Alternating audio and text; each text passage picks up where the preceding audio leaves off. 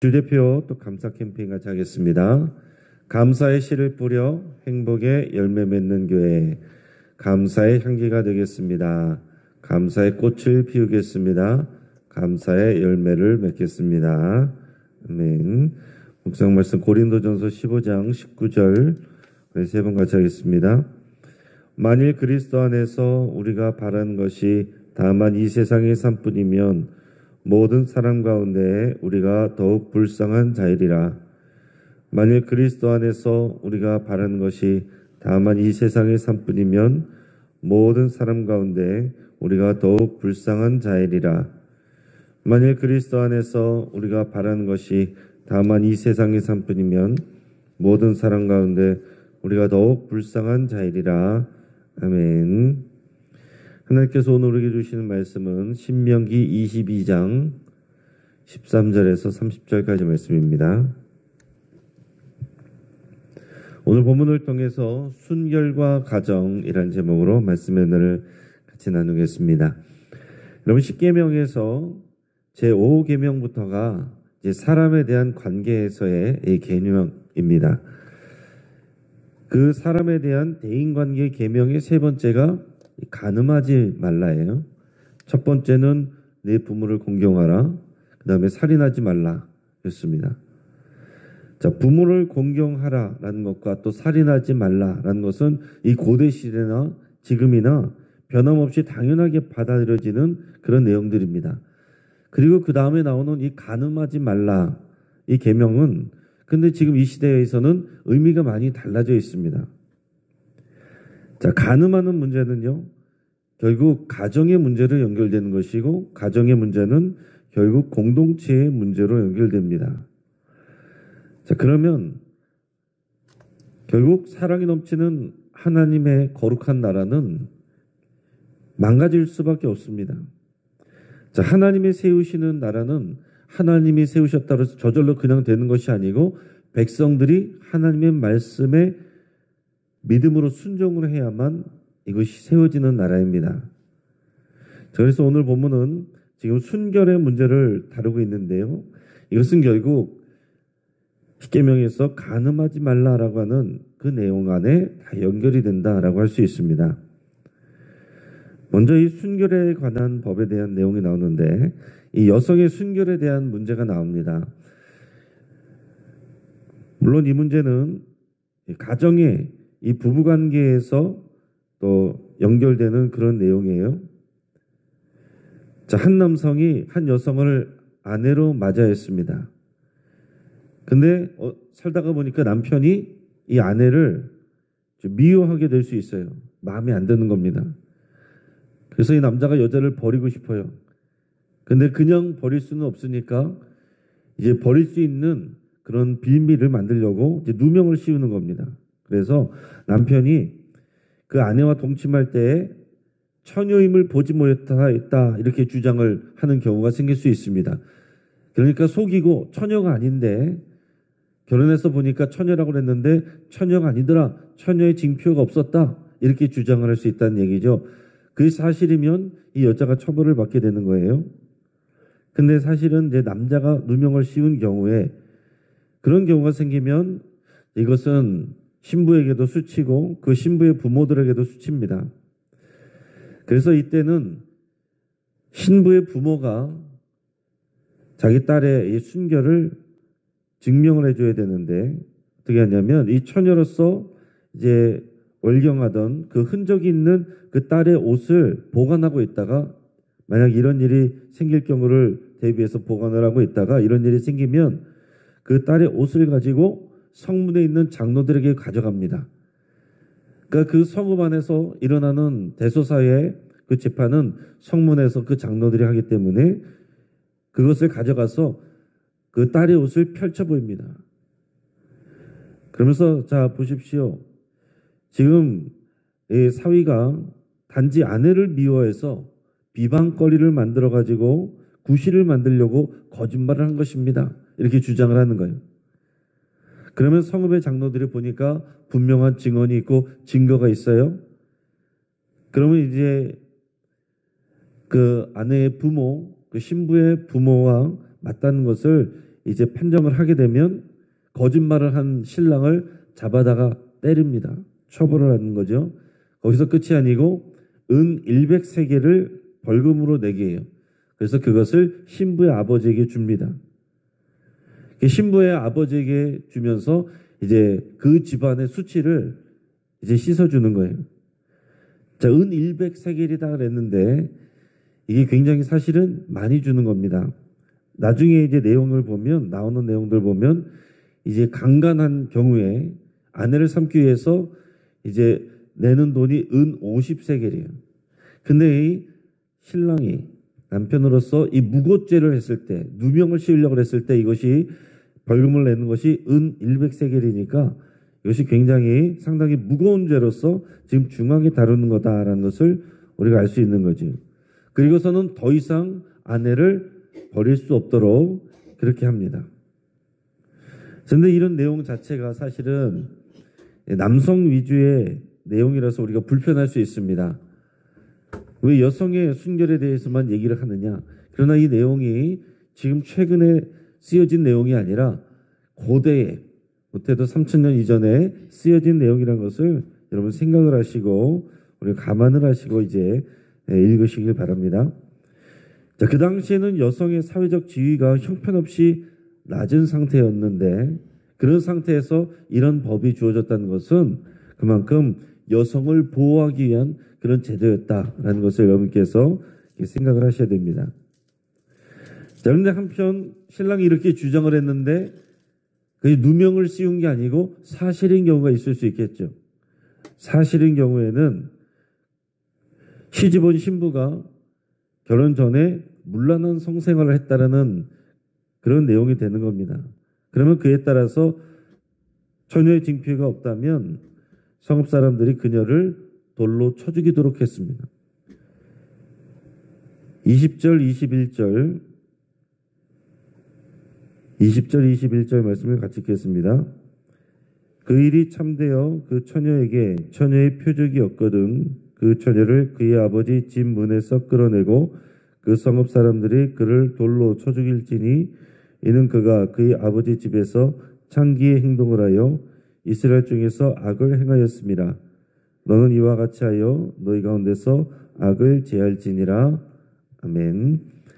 자, 남편이 이런 고소고발을 했기 때문에 이제 아내는 아버지의 집에 가 있는 거죠. 근데 분명하게 이것이 사실인 경우에 그녀가 문란한 성생활을 했다는 거, 그것이 증명이 되면 그녀를 그 아버지 집에서 끌어내서 성읍 사람들이 돌로 쳐 죽이게 되는 겁니다. 자, 지금 현대 문화에서는 당연히 이해할 수 없는 일이지만 그 당시의 문화에서는 충분히 이해될 수 있는 일입니다. 자, 그 당시에는 이제 남성들에게는 이제 일부 다처제 그런 상황이었고 또 여성의 입장에서는 여성에게는 순결함을 확인해야 되는 그런 상황이었습니다.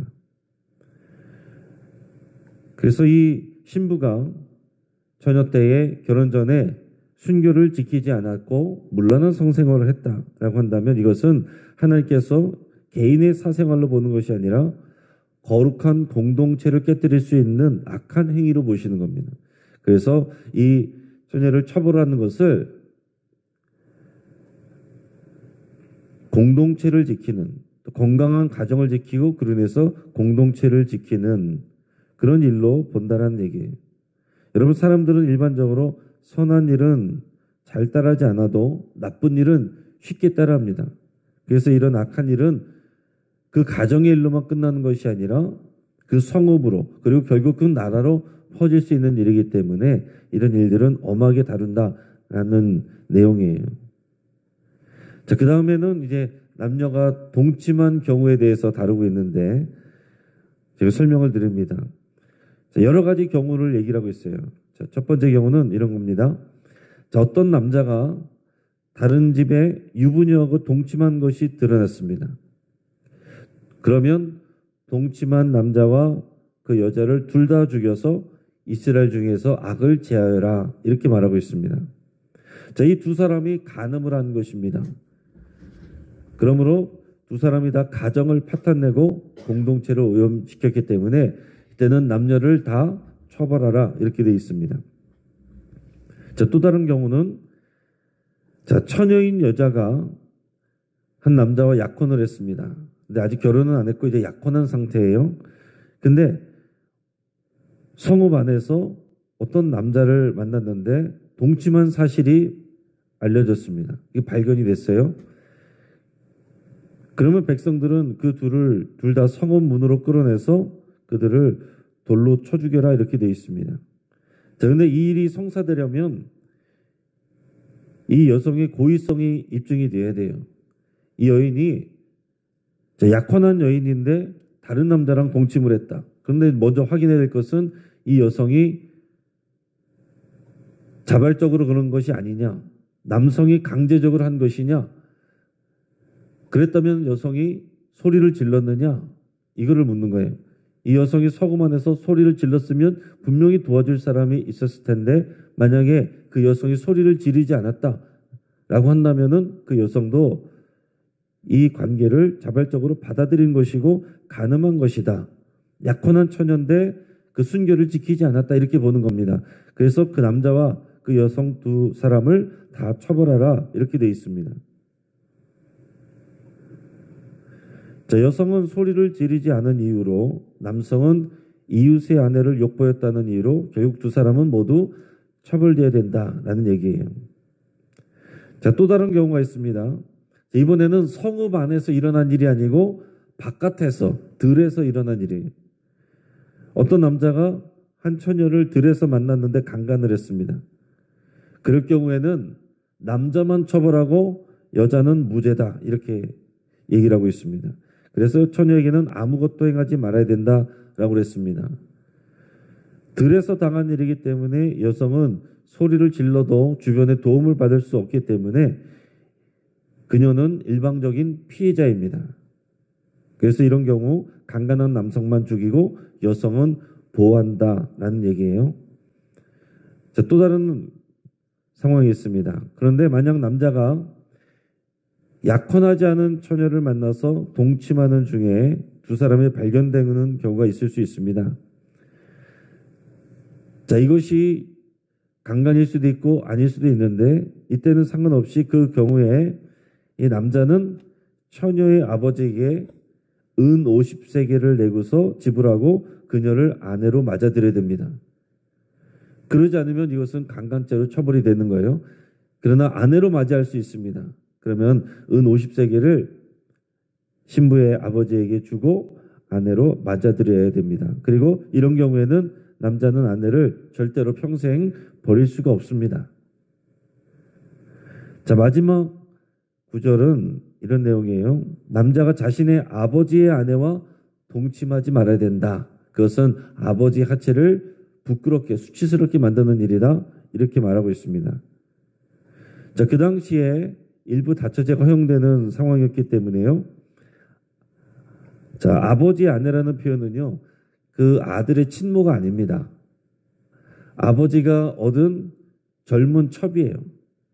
젊은 첩인데 이제 아버지가 일찍 돌아가셨어요. 아버지가 돌아가셨고 이제 어머니도 안 계시고 이제 젊은 첩이 있는데 장성한 아들이 이제 나이대가 뭐 별로 차이가 없는 거예요. 비슷한 것입니다. 사랑할 수가 있는 거죠. 하지만 절대로 아버지의 아내였던 사람과 동침할 수 없다. 그런 일이 있는 경우에는 아버지의 수치를 드러내는 일이다. 이것을 규정을 하고 있습니다. 자, 내용은 여기까지. 말씀을 좀 정리합니다. 자, 하나님께서 간음하지 말라는 계명을 주셨습니다. 간음하지 말라 그랬는데 간음하지 않는다는 것이 구체적으로 어떤 내용인지에 대해서는 설명이 없습니다. 이제 이 십계명을 받은 것은 지금 이 신명기 말씀을 받기 전에 거의 약 40년 전에 40년 가까이 전에 일이었기 때문에 이 율법을 받을 때 간음하지 말라는 내용은 받았지만 구체적으로 그 상황이 어떤 것인지에 대해서는 주어진 내용이 없습니다. 근데 이제 요단강을 건너 약속의 땅으로 들어가기 직전에 지금 모세가 들어가서 해야 될 일들을 설명을 하면서 이 간음하지 말라는 내용에 대해서 부연 설명을 하고 있다라는 얘기예요. 자, 결혼하기 전까지 여성은 순결을 지켜야 됩니다. 만약 그렇지 않으면 결혼할 수가 없어요. 속이고 결혼했다가 걸리면 성읍 사람들에게 돌에 맞아 죽게 됩니다.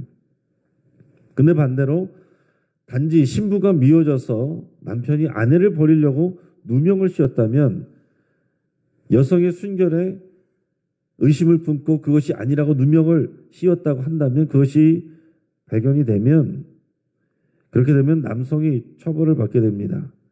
그러면은 은 100세겔을 장인에게 주고 평생 자신의 아내를 버릴 수 없고요. 자신의 아내를 데리고 살아야 됩니다.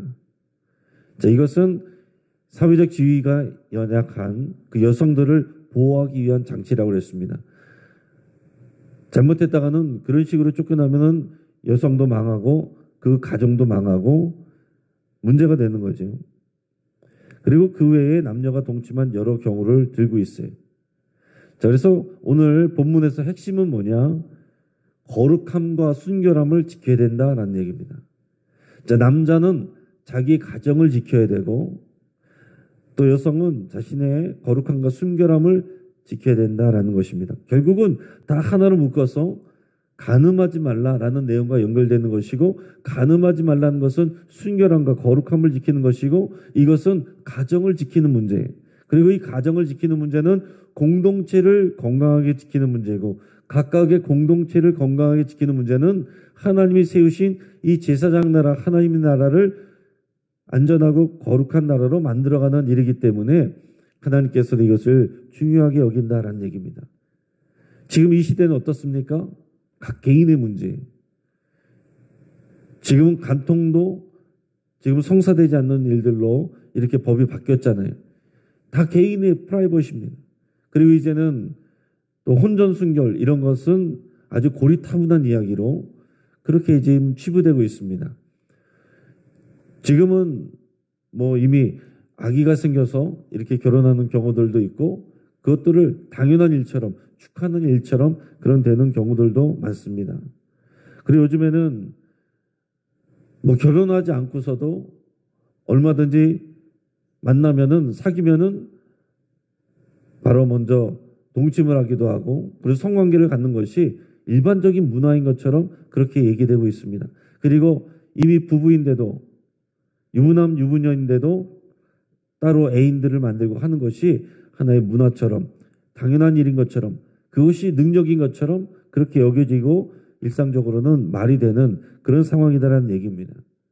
그러면서 이런 부분들에 대해서 가정을 지켜야 되고 순결을 지켜야 된다. 아주 고리타분한 얘기고 교회에서 말하는 이런 내용들은 이 시대에서 사람들을 올가매는 그래서 이런 부분들은 깨져야 되는 이런 내용들로 또 사람들이 여기고 있다라는 얘기입니다. 실제로는 이제 교회 안에서 신앙생활을 하고 있는 사람들도 이런 세상의 문화를 접하고 그런 것들을 자연스럽게 여기는 그런 경향이 있습니다. 그러나 여러분 세상의 문화는 변할지라도 하나님의 뜻과 신앙의 원리는 변하지 않습니다. 거룩함과 순결함 이것은 결국 말씀드린 것처럼 가정을 지키는 일, 가정 중수와 연결이 되는 것입니다. 또한 가정은 공동체와 나라를 지키는 그것과 연결이 되는 거예요. 하나님은 지금 거룩한 나라, 사랑이 넘치는 거룩한 나라를 만들어 가시는 것이고 그것을 위해서는 건강한 가정이 필요해요. 그 건강한 가정을 위해서는 하나님의 말씀을 귀하게 여기고 믿음으로 지키고 순종하는 각각 개인의 그 믿음의 순종이 필요한 것입니다. 오늘 이런 영적인 원리가 모든 믿는 백성들에 의해서 지켜지고 계승되어야 될 것입니다. 오늘 이것을 우리가 귀하게 여기고 또 우리의 사랑하는 자녀들과 다음 세대들에게 그 의미를 그리고 그 정신을 잘 우리가 전수할 수 있기를 주의 이름으로 축복합니다. 같이 한번 기도하겠습니다. 오늘 말씀을 붙잡고 함께 기도할 때에 거룩하고 순결하기를 위해서 우리 자신을 위해서 여러분 기도하시고 그렇게 우리 가정을 갖고 가기로 결단할 수 있기를 바랍니다. 혹시라도 하나님 보시기에 우리 안에 부적절한 관계와 습관이 있다면 이것을 정리하기로 여러분 결단할 수 있기를 바랍니다. 또한 거룩하고 순결한 공동체와 나라를 위해서 함께 기도하겠습니다. 그리고 오늘 저녁 있을 전세대 연합 기도회를 위해서 함께 기도해 주시고, 그리고 마지막으로 우리가 살아가는 이 사회를 위해서, 이 나라를 위해서 기도할 때 점점 더 음란해지고 퇴폐적인 문화들이 이 땅에서 사라지기를 위해서 기도할 수 있기를 바랍니다. 우리 점점 더 또 마약과 음란, 이런 성적인 퇴폐적인 문화들, 이런 것들이 만연하고 있습니다. 우리가 살아가는 이 시대가 정말 우리로 인해서 더 건강해지고 거룩해지고 순결해질 수 있기를 위해서 함께 기도하겠습니다. 이 시간 주여 한번 부르짖고 합심해서 함께 기도합니다. 주여!